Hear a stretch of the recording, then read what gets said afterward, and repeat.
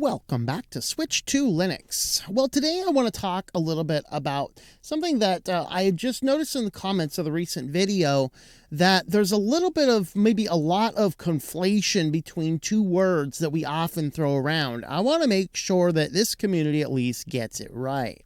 This is privacy and security. We hear these patched together all the time. Private and secure, private and secure, private and secure, private and secure. It's like the same thing as if you look at the old dietary stuff, artery clogging saturated fat, used as a perpetually used together, privacy and security, privacy and security. The point is, though, is that privacy and security are two different things, and we have to keep that in mind. So today I'm going to talk about why I wanted to mention it.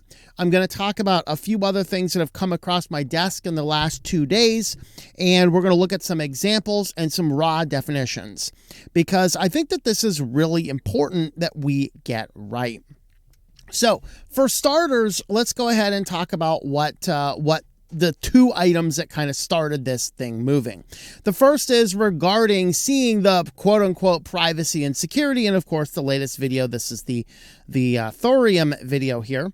And so with this, what I want to do is kind of talk about some of the things we saw in the comments where people are saying that this is a private and secure browser. And I addressed the fact that it probably has more downfalls to it than it has positive sides. There is definitely a lot put into the browser to improve the performance. It performs better, for sure.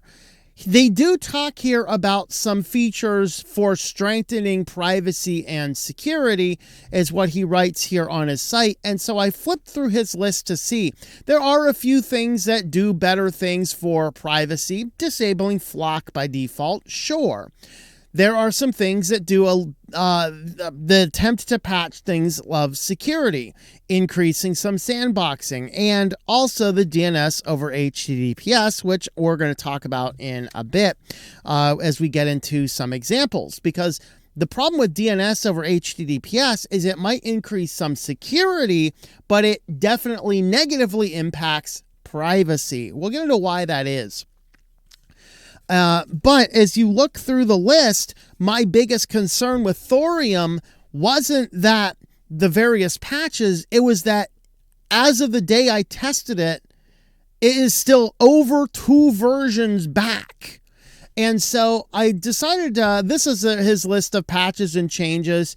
Most of this is just to make the browser perform better. There are a few things, search engines, the Chromium sandbox patch. This is something I think is going to be a little bit, probably improve the security a little bit. Prefetch privacy enabled. Which one's that one? Like, prefetch is generally not private. I'm not sure if this is up or down. So we're not going to comment on that further. But just the point is, if you flip through this, there's no radical, wow, this does amazing private things. Whereas just in the last month, I just pulled some articles from last month, Chrome 18 patches 20 different vulnerabilities. Are all these 20 vulnerabilities patched in his version based on Chromium 1.17? I don't think they are. In fact, his latest update was even after this was released, but still he's running Chrome 1.17, whereas 1.19 is the current version. And so we have a lot of security updates there. We have Google zero-day vulnerability, 5th exploit patched October 9th. This again relates to the 1.18. 1.19 fixes 15 more security flaws, yet the browser is still on 1.17. Even if he's done a few small tweaks inside of it, does this mean it is a more secure browser? No, because to my knowledge, looking through, didn't see any of these 20 or so patches fixed in his 1.17 version of the browser. So whether or not it's more private, whether or not it's more secure, I have serious questionable doubts. But again, privacy and security are different things. And this brings me to the second thing that caused me to look into this a little bit. This was a hit piece from the Rolling Stone. So the a company reached out and asked for my comment on this particular article because they were having an internal discussion. And what this relates to, of course, Rolling Stone is an organization that is firmly on the left, and it does a lot of hit pieces against people that tend to be on the right. Mike Johnson, a Republican, and having the alleged freedom score that he has is apparently on the right. And so it makes a lot of sense that a new Speaker of the House is elected in, and they want to do a hit piece and dig up all the dirt. So this is how they phrase the article. Mike Johnson admits he and his son monitor each other's porn intake in a resurfaced video. It sounds like the father and son are involved in some West Virginian effect. Okay. And that's a joke. I know. I like West Virginia. It's a joke. It's a joke. Just chill out. Put the pitchfork down. Put that torch down. Put that torch down. All right. What is really the case here? Now, it even says in a leaked video or a recent, what did it say? It says in a resurfaced video. This is not some resurfaced video. This is part of like a big public debate. I saw the video, the clip in question. This is not like him and his son doing weird kinky. What are you looking at, Dad? That's what's going on. They're talking here about, now the video doesn't specifically mention Covenant Eyes, but I think that at least the Rolling Stone says it's Covenant Eyes, which in commenting on this, researching into it, I did talk about in the past how Covenant Eyes was removed from the Google and the Apple app stores, but it has actually since been re-added to the Google store. And so you can still install it. What Covenant Eyes is what's called accountability software. It does not install secretly. When you install it, it installs an ever-ready administrative level VPN on your device. And what it does then is you can always see it's on. There's no secret about it. It's not hiding somewhere in your phone. It's not spyware in that respect. It is software that you put in, and then you have somebody else that can come in and be your accountability partner. Why is he doing this with his 17-year-old son? They are monitoring each other to make sure and hold one another accountable that they're not going online and doing things they shouldn't be doing. And that is the context that this video clip says. Of course, Rolling Stone rolls in this way, and this caused this organization to have an internal discussion. And they asked about the privacy and security. And I sent them back a fairly lengthy email there and said, well, we have to conflate the difference between the privacy and the security. The security is in question. The privacy is generally nullified. Obviously, that's the purpose of the software itself. Okay, the software itself, what it's going to do is it creates this ever-ready VPN. You cannot use another VPN while you have Covenant Eyes on your device, because Covenant Eyes becomes the VPN, and this is the dirty side of VPNs. A VPN provider can track and monitor, view, sort, and manipulate any data that you use. This is why I do not recommend an always-on VPN for every case, for every person.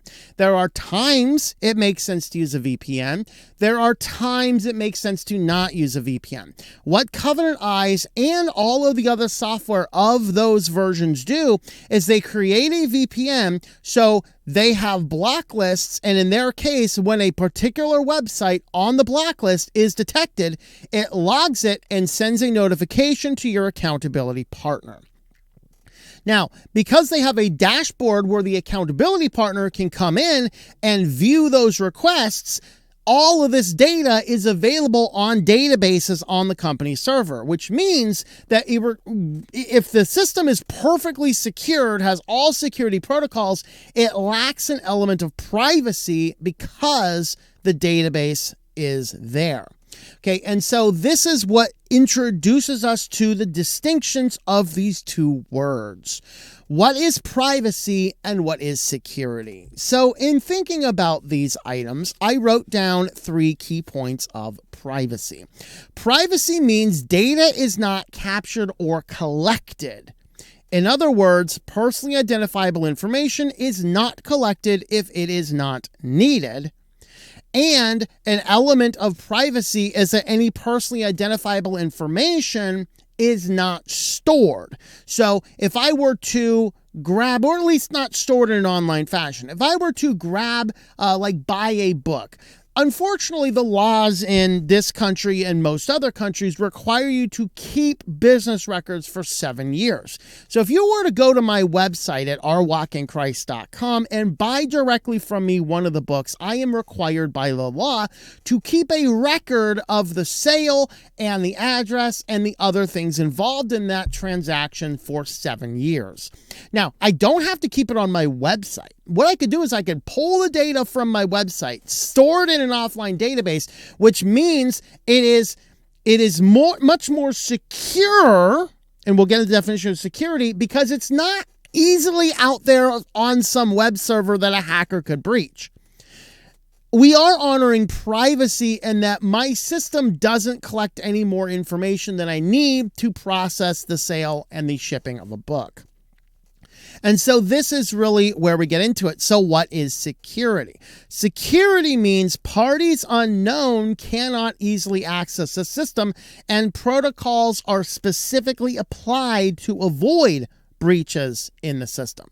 So in the Linux world, as we're throwing around privacy and security, private and secure, as though the two are the one, we have conflated the terms to not understand the difference. Privacy is we're not collecting the extra data. Security is the data we have cannot be accessed by parties unknown.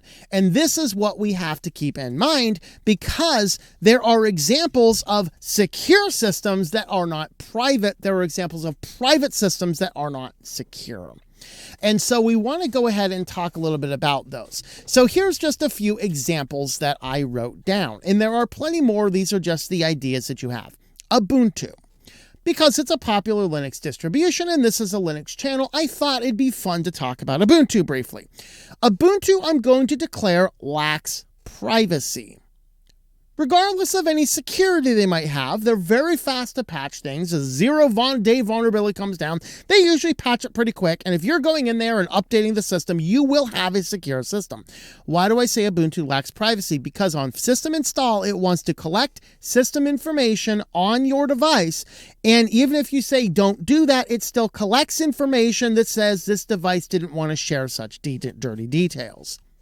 Now, they, of course, say, wow, there's no personally identifiable information, blah, blah, blah, blah, blah, blah, blah, blah, blah, blah, blah, blah, blah, blah, blah, blah. It's nonsense. Because if I happen to not want them to have any connection to me having that system, I have already failed. Because somewhere in that service, even if they drop the IP addresses, which they say they do, still somewhere my IP address with either my system information or a note saying I don't want to share my information is pinged to them, so they get a record of the install and data is going back. That can be problematic. Even Linux Mint has an always on, you can turn it off, but a way to check, quote, internet signal. They don't collect any data, but it pings across the internet to say, yep, internet's here. As if I couldn't figure that out myself. But even that has it, and most Linux distributions have such a thing. Now, those obviously are a lot less internet invasive or privacy invasive than wanting to collect all of your system information or a tag saying you didn't want to share it. Now, DNS over HTTPS. We mentioned this. I have several videos talking about it. I warn against this. DNS over HTTPS means that the DNS route that you're using to figure out where the server that your domain name that you type into your URL bar or your search engine spits out to you, where does that resolve? DNS over HTTPS tries to hide all of that behind what is an alleged secure protocol. So the protocol itself generally is secure. The problem I have with it is if you're using a hosts file to block certain sites, or you have a Raspberry Pi running Pi-hole, or you have some other means that you are using to locally block either the Mike Johnson sites or the gambling sites or the advertisers or all these different things, DNS over HTTPS can override that. And in overriding that, It can open you up to privacy vulnerabilities because you might be trying to block Google Analytics, for example. DNS over HTTPS doesn't care if you're trying to block Google Analytics. It says, hey, Google Analytics is here, and it feeds Google Analytics down. So DNS over HTTPS is an example of something that destroys, utterly decimates your privacy while producing a secure protocol. This is why we need to block it. This is why we need to disable it. I disable it in most of my browsers. I disable it on a policy level so it can't accidentally break out of my firewall because I don't want that to happen. And then I do use some browsers like LibreWolf where I can toggle on or off the DNS over HTTPS if I happen to need to bust out of my firewall, which gives me the extra purpose. So DNS over HTTPS, I do not like it because it decimates our privacy while pushing a secure protocol. Google, Microsoft, Apple, these are highly secure networks. It takes a lot to breach into them. Can they be breached? Absolutely. But are they regularly full of holes? No. AWS? Oh yeah, that's a leaky colander for sure. But Google, Microsoft, Apple do a really good job of security, but they are absolutely anything but private. And so this is why we cannot conflate these terms. I did have to rack my brain to think about examples of things that were private and not secure. Here's your best example is self-hosted software because we often forget to update it. So if you have self-hosted software, reminder, update it. Let's say, for example, you are self-hosting a GitLab or you are self-hosting a Bitwarden. Okay. Now, if you're going to use Bitwarden, I think you should self-host it and regularly check the security updates because you're going to keep it secure and private. The reason I wouldn't use Bitwarden on their master Bitwarden, we're managing our server thing, is because I do not think your passwords should be on an online server. Because if there is a breach and your passwords are on Bitwarden, they get it all. Now, if you have your passwords on your own private Bitwarden and somebody gets in, they get all of yours, but they don't get everybody else's.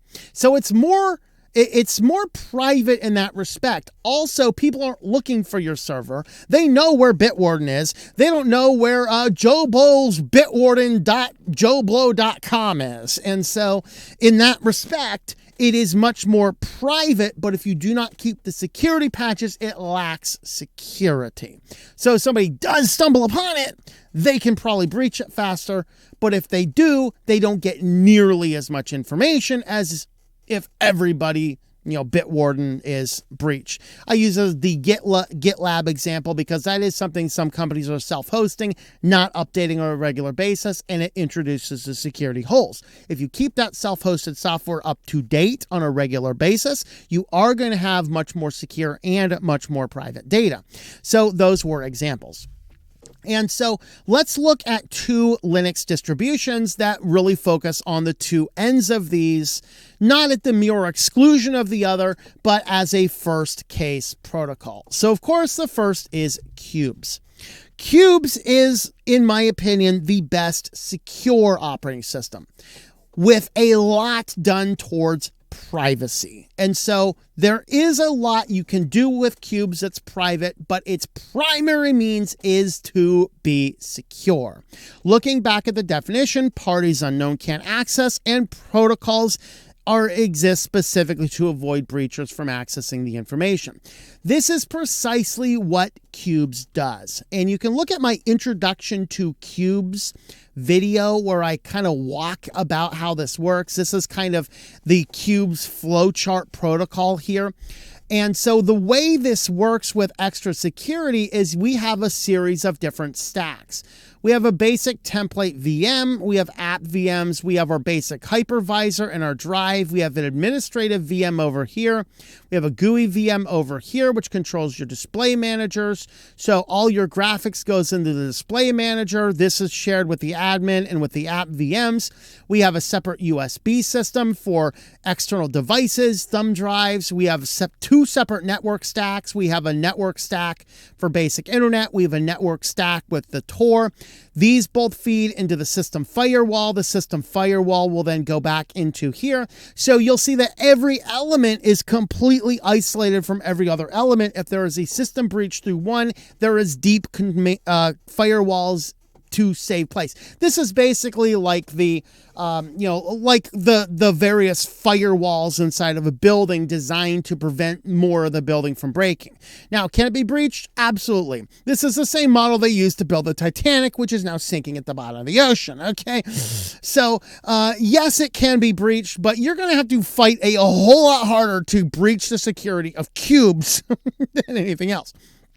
How is it for privacy? For the most part, it's pretty good. If you are using your basic app VMs on the ClearNet, it's not horribly private, but it doesn't broadcast your data. There's no specific data being collected, but the things that you do on the internet can be collected back unless you're feeding things through either a VPN or through the Tor network. You feed stuff through the Tor network, you're going to have a lot more privacy, but it's still not perfect privacy because there's not as many people that use Qubes. The Tor network is the generic one. It's a Unix network, so it's not as private as, for example, Tails.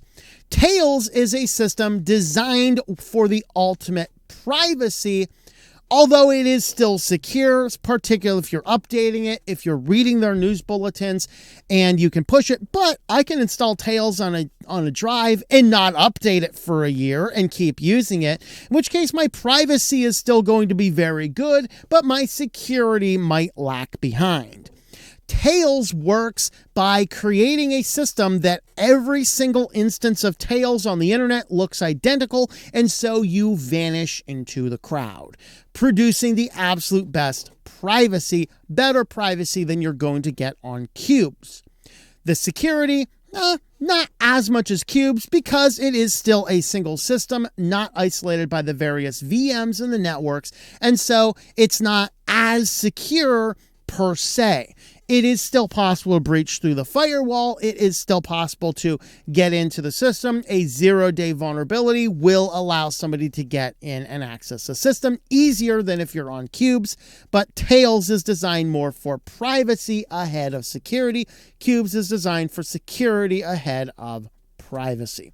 So hopefully those different definitions and examples show us that we shouldn't be conflating privacy and security. We shouldn't assume that just because something is Linux, it's immediately private and secure. We shouldn't assume that every time we talk about privacy, we mean security, and every time we talk about security, we mean privacy. So this brings me to my last and final point. What about your random Linux distribution? Your random Linux distribution is generally far more secure, and let's say it is far more private than any mainstream operating system, and it is reasonably secure compared to other operating systems. Security patches are fixed rather quickly in any Linux distribution, whether that being the glacier called Debian or the hare winning the race in in Arch. Okay, the security updates are going to push out reasonably fast. We do have, now people will say, well, these are less secure. Look, there's so many more bugs in this than there are in these other systems. Well, that's because it's open source. Everybody can find and report the bugs, whereas the security researchers have to really fight hard to find them in Windows because the source code is not available. But there's more ways to actively exploit Windows if the hackers are really looking for it, because nobody can audit the code. Which is where Windows does gain a little bit of its security. Apple gains a little bit of its security. I would say that those have a slight edge up on security over your average Linux distribution, but you completely lose all privacy. And that's why I'm happy using Linux Mint on Linux for security and for privacy. You got to make sure you're up to date with your updates, and you got to make sure you're not doing things on the web that will violate your privacy, because that's where they're going to get in and breach the privacy. So those are my ideas there on privacy and security. Please do not conflate the terms. They are not necessarily one and the same. And I hope that you enjoy switching to Linux. Thank you for watching this video from Switched to Linux. This channel would not be possible without the backing of the program supporters scrolling on the screen now. You can be a supporter at Patreon at patreon.com/TOMM or at thinklifemedia.com. I also want to thank the open source community who creates such excellent software that makes producing this show possible. Please remember to support your software communities. Thank you, and I hope that you enjoy switching to Linux.